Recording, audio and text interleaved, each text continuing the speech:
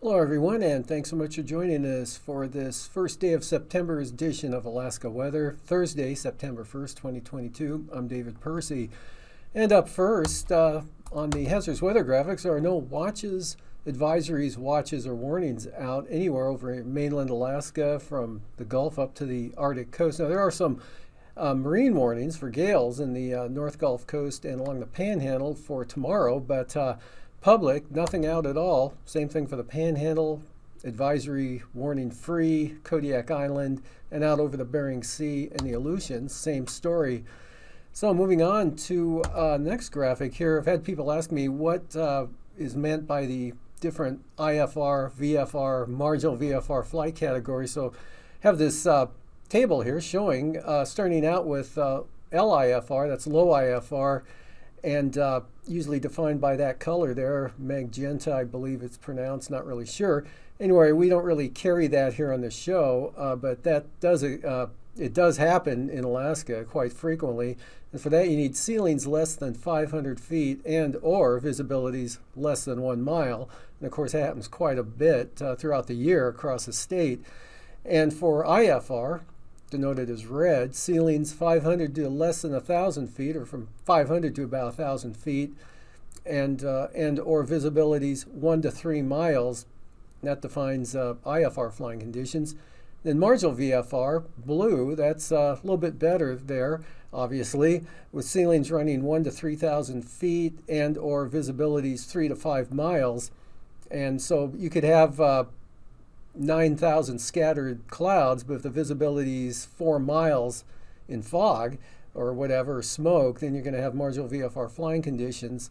So it's kind of dependent on one or the other, and a lot of times both go together. Then VFR green, that ceiling's greater than 3,000 feet and visibility's greater than 5 miles, which includes clear skies. And sometimes when I say VFR, when it said VFR flying, it does not imply clear skies at all. It just means the ceilings are greater than 3,000 feet and the visibility better than 5 miles. So it could be raining with 6 miles in fog, and you could be VFR if the ceiling's above 3,000 feet.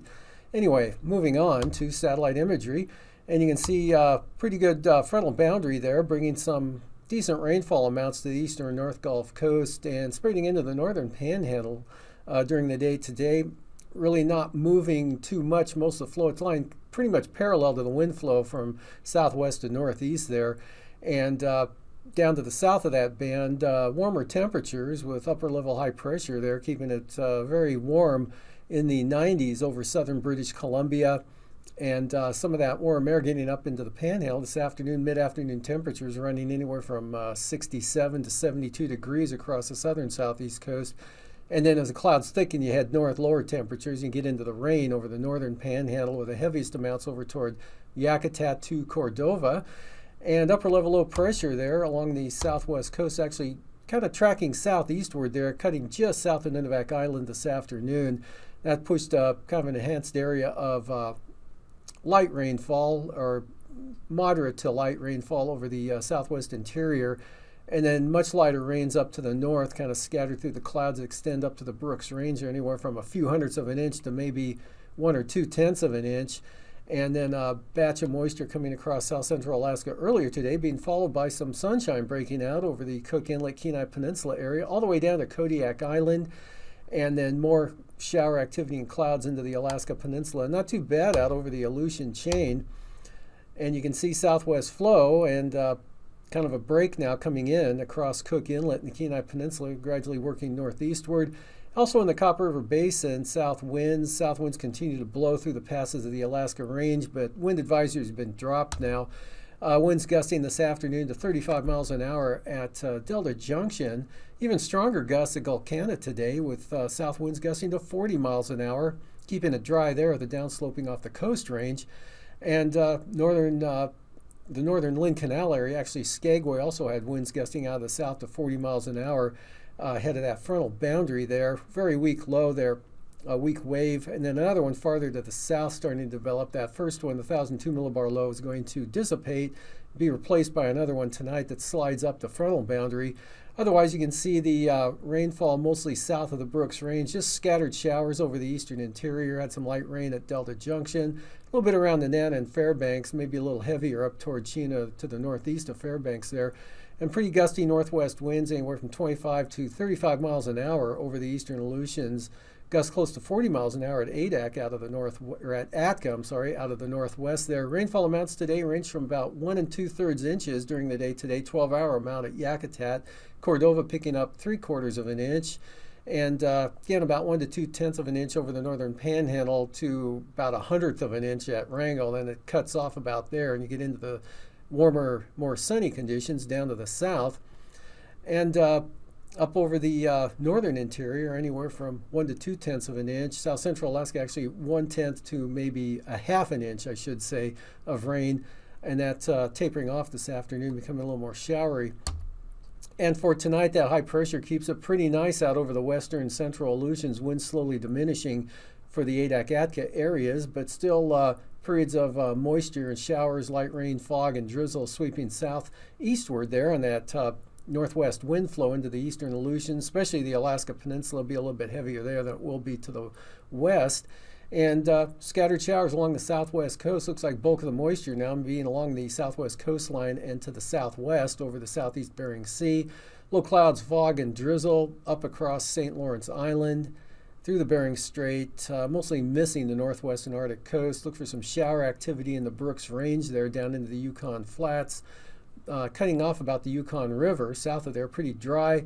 And some showers, Cook Inlet come back in, another surge comes in, but looks like just some shower activity tonight.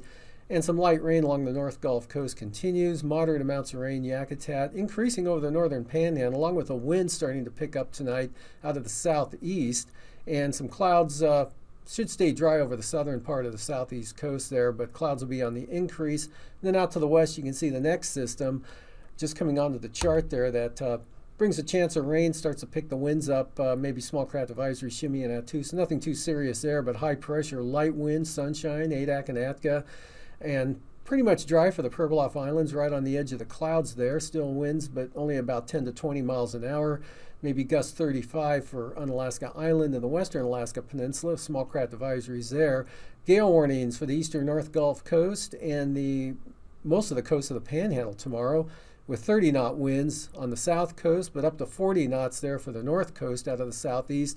Moderate amounts of rain continue for the Yakutat area into the Panhandle. Should see more rain tomorrow than you will today. It extends almost all the way down to Dixon Entrance now. And that area of moisture with that southeast flow on the north side of that 982 millibar low in the Gulf will spread that rain, make a pretty good jog tomorrow afternoon across the Copper River Basin, Prince William Sound. And that'll be sliding on into northern Cook Inlet, the Mananuska-Susitna Valley tomorrow evening. But otherwise, it'll be a partly sunny day over much of south central Alaska, even the Kenai Peninsula on up into the central interior. Scattered showers along the Brooks Range into the Koyukuk Valley, westward along that trough near the Kobuk Valley, and scattered showers southward there right to Bristol Bay. And then for the first day of the weekend, looking like this: wet, periods of light rain at times or showers, cloudy skies, southern Alaska, south central Alaska, Kuskokwim Valley eastward, periods of rain for the North Gulf Coast. That front much weakened now, and the gradient a lot slacker, so winds will be down to about 15 knots even along the coast, and lighter even over the inside waters for the day Saturday. But looks like kind of a cloudy and damp day for the Panhandle, as well as the southeast interior from the Yukon River. Maybe a little bit more clouds and shower activity in the Tanana Valley, but from the Brooks or from the Alaska Range, Copper River Basin, looks pretty unsettled and occasionally wet. Weak trough up over the northwest part of the state produces some scattered showers, and a front pushes rain into the central Aleutians. And lows tonight: 50s for the Panhandle, 40s over the remainder of southern Alaska, Highs tomorrow, upper 50s to lower 60s over much of southern Alaska, and mid 60s, cooler now over the southern southeast coast, upper 50s to the north. Lows in the 40s to near 50 again over southern Alaska, a little cooler in the Copper River Basin, and pretty mild lows. I don't think that's right there for the lows in the southern panhandle being in the lower to mid 60s. Highs will be in the lower to mid 60s with highs upper 50s to the north, otherwise upper 50s to lower 60s. Southern Alaska, mostly in the 50s though. Lows to the north there, mid 40s. Interior areas, some areas a little warmer, others a little cooler, like the central Arctic coast in the upper 30s. Highs in the 40s for the Arctic coast and 50s for the North Slope, 55 to 65 in the interior, warmest central and east side of the state. Lows again in the 40s, upper 30s now in the Brooks Range, North Slope, Arctic coast, otherwise lower to mid 40s. And highs 60 to 65 eastern interior, 50s elsewhere. Cooler out toward the Bering Strait as well as the Arctic coast. Bering Sea, lows 45 to 50 tonight. Highs, upper 40s to lower 50s, followed by lows in the mid 40s for Saturday morning, and lower 40s there for St. Lawrence Island and the Seward Peninsula. Lower to mid 40s in the interior, near 50, some areas of the Alaska Peninsula, followed by highs in the mid to upper 50s to lower 60s in Bristol Bay.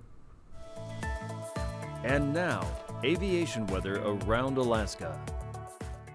Okay, now on to the flying weather graphics. Lots of IFR from the Koyukuk Valleys northward, Brooks Range, North Slope, Arctic coast. Also the eastern northern Bering Sea, including the Seward Peninsula. Down along the southwest coast, Pribilof, St. Lawrence Island, eastern Aleutians, Alaska Peninsula, right into Bristol Bay and the southern Kuskokwim Valley. And then IFR, North Gulf Coast, Gulf of Alaska, right on down along the coast of the Panhandle, marginal VFR over the inside waters, Copper River Basin, marginal VFR, also marginal along and south of the Alaska Range and the eastern slopes of the range as well. And for the afternoon, shaping up like this, still eastern Bering Sea, IFR, but becoming marginal for the Bristol Bay area, Kuskokwim Delta, some IFR along the Yukon Delta coast, Nunivak Island, IFR from the Pribilofs, Fox Islands, right up north through the Bering Strait, western Seward Peninsula, into Kotzebue, and North Slope Arctic coast looks IFR, as well as the most of the Copper River Basin, especially the central southern areas there down to the Gulf. And IFR off the coast of the Panhandle, marginal over the inside waters, and VFR breaking out, Fognak Island, northward, Kenai Peninsula, and Kuskokwim Valley, right up into the Susitna Valley, extending on to Tanana Valley and the Yukon Flats. And for the Saturday morning time frame, IFR comes back into Cook Inlet and into the Talkeetnas, southern Copper River Basin, North Gulf Coast, Prince William Sound, over to Yakutat and maybe Icy Bay. Otherwise, marginal VFR conditions continue for the Panhandle, and VFR Bristol Bay and northern part of Kodiak Island, Shelikof Strait, eastern Aleutians VFR. Next batch IFR spreading into the western and central Aleutians, but the Pribilofs becoming VFR. But that becomes marginal in the afternoon. Still pretty good conditions for the eastern Aleutians, some IFR. Alaska Peninsula, right up along the southwest coast to St. Lawrence Island. IFR advances eastward past Atka Island in the afternoon. And for southern Alaska, areas of IFR with some scattered areas of VFR and areas of marginal VFR. That includes the eastern North Gulf Coast, marginal for the Panhandle, and mostly VFR there for the mid and upper Yukon River Valley to the eastern Brooks Range, IFR for the Arctic coast. Passes, marginal VFR for Anaktuvik and Adigan, Lake Clark and Merrill, VFR, especially, might start out a little marginal for the Alaska Range passes, Lake Clark, Merrill, and Rainy early on, but becoming VFR later in the morning into the afternoon. And for Windy, VFR, either approach tomorrow, and Isabel, marginal VFR on the southern entrance, VFR north side. Mentasta, a little worse, that moisture coming up from the southeast, pushing west-northwestward, so marginal VFR to start becomes IFR into the afternoon. to need a VFR, but increasing marginal VFR possibilities on the eastern entrance. Just look for the conditions to deteriorate east side through the afternoon. And Portage looks marginal, especially in the afternoon. And Chilkoot and White, marginal VFR. Freezing levels about 6,000 feet over much of the central eastern Bering Sea, mainland Alaska, and then running about 8 to 10,000 feet over the Panhandle, as well as the Aleutians and southwest Bering Sea. And moving on to the icing chart, again, a lot of moisture, southerly flow pulling a pretty good amount of elevated icing possibilities. Probably see some considerable moderate rime icing above 9,000 feet for the eastern North Gulf Coast, pushing into the Coast Range to Yakutat and areas of that off the coast of the Panhandle. Otherwise, light to isolated moderate mixed icing up over the northern interior there, and the Yukon Delta extending down into the Alaska Peninsula, Bristol Bay, and the next batch moving into Chimay-Attu in the afternoon. And for the jet stream, upper level low trough across the western part of the state, right down to southwest Kodiak Island, the main low center. Pretty strong north winds there across the central Aleutians, northerly 60 knots there. Coming down farther from the north out of the Russian Far East, central Bering Sea, southerlies 105 knots into the Gulf of Alaska. 9,000 feet, 60 knot winds there for the Panhandle up into the Copper River Basin. Northerlies 40 out west, 65 knot winds off the coast of the Panhandle results in widespread considerable moderate turbulence southeast coast to Prince William Sound, Alaska Peninsula to Adak. Aloha, stargazers, Trace here. Once we were voyagers, and in order to explore the world, we needed directions. One way to find our way is to use the stars, and this week we can find south using Maui's fishhook, so let's do that. Hit the darkness after sunset and look south for the sixth brightest star in the sky, red giant Antares. You may know this as the heart of Scorpius the Scorpion, but within that constellation is Maui's fishhook. See? So shiny! In Polynesian folklore, Maui threw his magic fishhook in the water with his brothers. He suggested they all paddle, and no matter what they caught, they should not stop or look back. Hours later, they looked and saw land. Maui had pulled land up from below the sea, the Hawaiian Islands. Now we can see Maui's fishhook in the sky every summer. And what can I say except mahalo, keep looking up.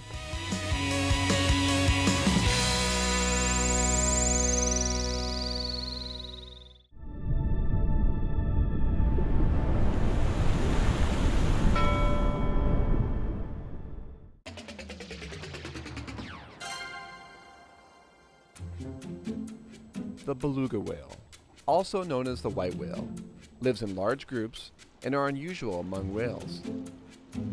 They have no dorsal fin, large bulbous heads, and they can actually swim backwards. To feed, they produce sound to find and hunt fish and invertebrates, and they use sound to communicate. They're also known as the canaries of the sea because they make such a diversity of noises. They make chirps and whistles and gurgles and trumpeting sounds. They just make all kinds of sounds. In the U.S., beluga whales live in the cold waters of Alaska, and there are 5 separate populations. Of those 5, the Cook Inlet population is the smallest, and has declined by about 75%. Subsistence hunting may have contributed to this initial population drop, but this practice was regulated starting in 1999, with the last hunt in 2005. Still, the beluga population here has yet to recover. We listed Cook Inlet beluga whales as an endangered species under the Endangered Species Act in 2008, and we had hoped that the population would start recovering, but we are still seeing a continued decline. And these beluga whales are only found in Cook Inlet, so if they go extinct, we don't think any other belugas will come back and populate this area. These whales spend most of their summer near Anchorage, Alaska's largest city, where threats to belugas are on the rise as the city grows. These may include diminishing food, habitat loss or destruction, pollution, toxins, and human-caused noise, which hampers their ability to feed and communicate.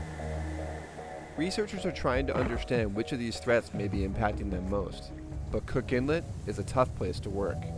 It's really hostile for research. We have the strong tides, which makes it challenging for human safety, and we can't see through the water. It is very muddy, so we're pretty much limited to the part of the animal that breaks the surface of the water.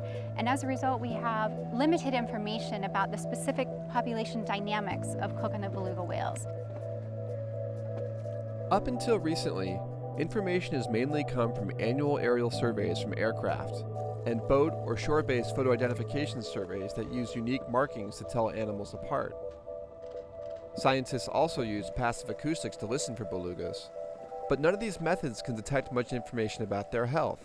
So it's really been a game changer with the whole species in the spotlight designation. We've gotten more resources within our agency. For instance, we're able to use a drone to collect some aerial imagery of belugas in the wild, and we're hoping to learn some information about the age classes, information about the health status. And probably the most important bit of information that we'll get out of that is we'll be able to identify the new calves. And we're hoping if we keep doing this every year, we'll be able to get an estimate of calf production every year that will tell us something about how well the population's doing.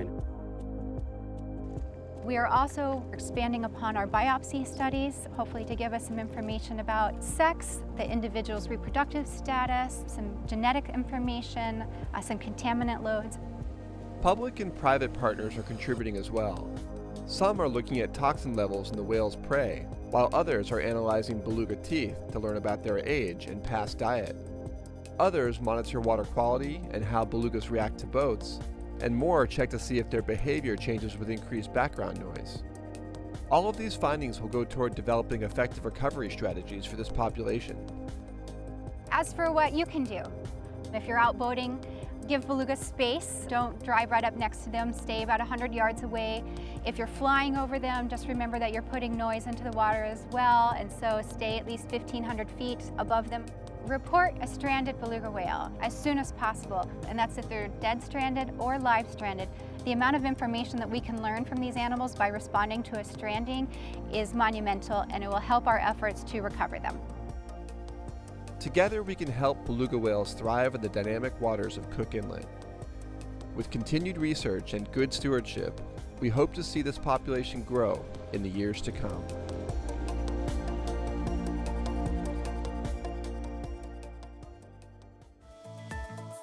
And now, marine weather around Alaska. Welcome back. With that active front pressing in toward the coast tomorrow and tomorrow afternoon, got gale warnings along most of the coastline. South coast will be southeast 30 to 35 knots. Even stronger in the north coast and still from the southeast at 35 to 40 knots. Lincoln Glacier Bay, another breezy day there, south at about 20 knots. And Stevens Passage, southeast winds 25 knots with higher gusts. Small craft advisories also for Clarence Strait. Southeast winds 25 knots with 5-foot seas. And then for the day on Saturday, much lighter winds now with the front weakening moving through. South winds 15 knots for the central and south coast, seas running 9 to 11 feet. Southeast at 20 knots for the north coast with 11-foot seas. And the inside waters, all the way from Dixon Entrance up to Lincoln Glacier Bay, looking at south winds, mostly south winds at 20 knots with seas running 4 to 6 feet. Prince William Sound tomorrow, winds north 20 knots, seas 3 feet. Gale warnings for the eastern North Gulf Coast, east winds at 35 knots, seas just under 10 feet. And small craft advisories for the western North Gulf Coast, northeast at 25 there. Kamishak Bay, southern Cook Inlet, and the Barren Islands, all out of the northeast at 20 knots. Northern Cook Inlet, a little lighter, north at 15. And then for Saturday, northern Cook Inlet, northeast winds at 15 knots, and east winds 15 to 20 knots for southern Cook Inlet and Kamishak Bay. Southeast winds 15 to 20 knots for the Barren Islands and western North Gulf Coast. Small craft advisories for the eastern North Gulf Coast. Southeast winds 25 knots. Prince William Sound, east winds at 20 knots. And for the day Friday, Kodiak Island, variable to northeast winds 10 to 15 knots. Small craft advisories for the Alaska Peninsula, northwest winds 25 to 30 knots. And for Bristol Bay, winds will be out of the east at 10 knots with 5-foot seas. And for the first day of the weekend, Kodiak Island, Shelikof Strait, northwest at 20. East side of Kodiak, southwest at 20 knots. And for the Alaska Peninsula, northwest winds 20 to 25 knots. With seas 7 feet. Bristol Bay, small craft advisories. Northwest winds 25 knots, seas 7 feet. Eastern Aleutians tomorrow, northwest winds 30 knots, seas 9 to 12 feet. Small craft advisories for AKwx, northwest at 25. And then southeast winds coming up to 25 knots with that next front pushing eastward there from Kiska to Shemya. And for the day Saturday, north winds 25 knots for the western Aleutians. Central Aleutians, east-southeast winds 25 knots. And for Unalaska Island, winds will be out of the northwest 20 to 25 knots. And for Unmak Island, northeast to east winds 15 to 25 knots. Pribilof Islands, small craft advisories, northwest winds 25 knots Friday, north 25 for St. Matthew Island, north 25 for St. Lawrence Island and the Yukon Delta Coast, Kuskokwim Delta Coast, northeast at 20, and light winds for Norton Sound. On Saturday, southwest winds 15 knots for St. Lawrence Island, Yukon Delta Coast, northwest at 20 knots, small craft advisories, south of Nunivak Island, northwest winds 25 knots there, Pribilof's northwest at 15, and east-west winds 20 knots, St. Matthew Island. For the central and eastern Beaufort Sea coast, anywhere from north to west winds pretty light at about 10 knots, with seas not too bad, about 2 feet. Northeast 15 for the western Arctic coast, and from Cape Beaufort to Wales, north winds 15 to 20 knots with 5 to 6 foot seas. And for Saturday, west-southwest winds 15 knots from Wales to Cape Beaufort. Western Arctic coast, variable to southeast winds at about 10, and northwest at 10 knots for the central coast. Eastern coastline, west winds 10 knots, seas 2 to 3 feet. And for tonight, low pressure just very close to Kuskokwim Bay keeps it showery over the Yukon-Kuskokwim Delta and Bristol Bay, Alaska Peninsula, kind of windy with rain, and the eastern Aleutians clears out toward Adak and Atka westward. And a warm front keeps moderate amounts of rain falling over the northern panhandle now, and especially toward Yakutat, tapering off into Prince William Sound, drying over the central interior. And for tomorrow, look for partly sunny skies at least most of the day. Clouds increase late in the afternoon for northern Cook Inlet, Manuska Valley, as rain spreads at a pretty good jog west-northwestward coming in tomorrow evening. Gusty winds and rain for the panhandle improve on Saturday as that front moves through and the gradient really relaxes. Next system pushing rain into the central Aleutians on Saturday with high pressure over the Pribilofs, light winds, maybe some sunshine for the eastern Aleutians up into the southwest interior, Norton Sound area. Kind of wet over the southeast part of the state, including the Tanana Valley. These forecasts are for planning purposes only. Call 1-800-WX-BRIEF for a formal pre-flight briefing. Always file a flight plan before you go flying. The U.S. Coast Guard Auxiliary urges you to leave a float plan with a friend or the harbor master before you go boating.